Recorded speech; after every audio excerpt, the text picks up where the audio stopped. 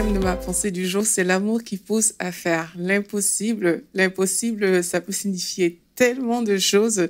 Et je vais vous raconter l'histoire de ce pasteur nigérian. C'est une histoire qui m'a beaucoup marquée. En fait, c'est un homme qui a vu tout un village décimé par Boko Haram. Et en fait, il a aussi vu sa famille être tuée vraiment sous ses yeux. Et quand je dis décimé, on parle vraiment de morts atroces. On parle des gens qui ont été découpés, etc. Et puis un jour, alors qu'il était dans un camp, dans une autre ville, il a reconnu un monsieur qui faisait partie de Boko Haram, qui était aussi dans ce camp, qui fuyait en fait.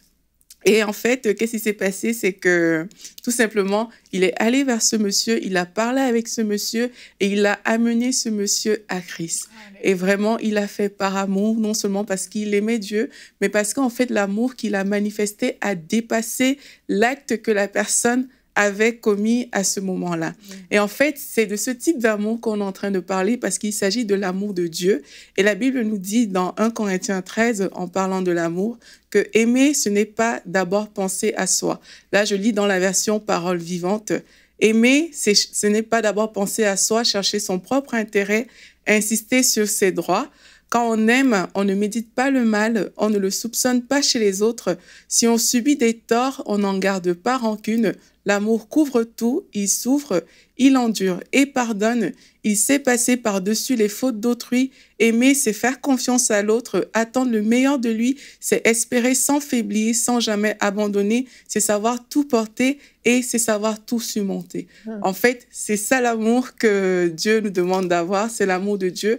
Et on peut voir que cet amour est tellement différent de l'amour que le monde propose parfois. Le monde dit il faut revendiquer, le monde dit il faut d'abord penser à soi, le monde dit que si quelqu'un te fait du mal, si quelqu'un est méchant envers toi, mais il faut tout simplement zapper cette personne-là quand on est très gentil ou rendre du mal même parfois en retour. Mais l'amour de Dieu, c'est pas de cet amour-là dont Dieu parle.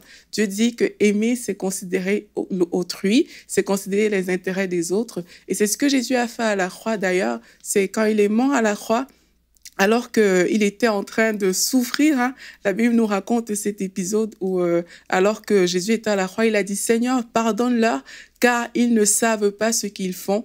Voilà un exemple d'amour parfait, un exemple d'amour qui dépasse tout. Et cet amour-là trouve des excuses aux gens. Cet amour-là trouve une raison. Jésus suppliait Dieu à ce moment-là de nous pardonner alors que les personnes autour étaient en train de lui jeter des pierres, étaient en train de l'insulter. Mais en fait, il était en train de dire, Seigneur, pardonne. Parce qu'en fait, si ces personnes t'avaient connu, elles n'auraient jamais pu faire ça. Elles ne savent pas ce qu'elles sont en train de faire. Pardonne-leur. Et c'est ce type d'amour que je veux nous encourager à avoir aujourd'hui, c'est d'aimer les gens jusqu'à ce qu'il ne reste plus que de l'amour.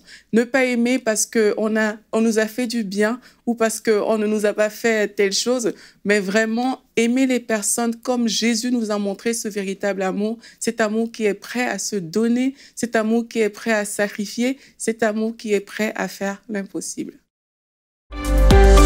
Retrouvez la suite de ce programme dans l'émission Bonjour chez vous sur EMCI TV.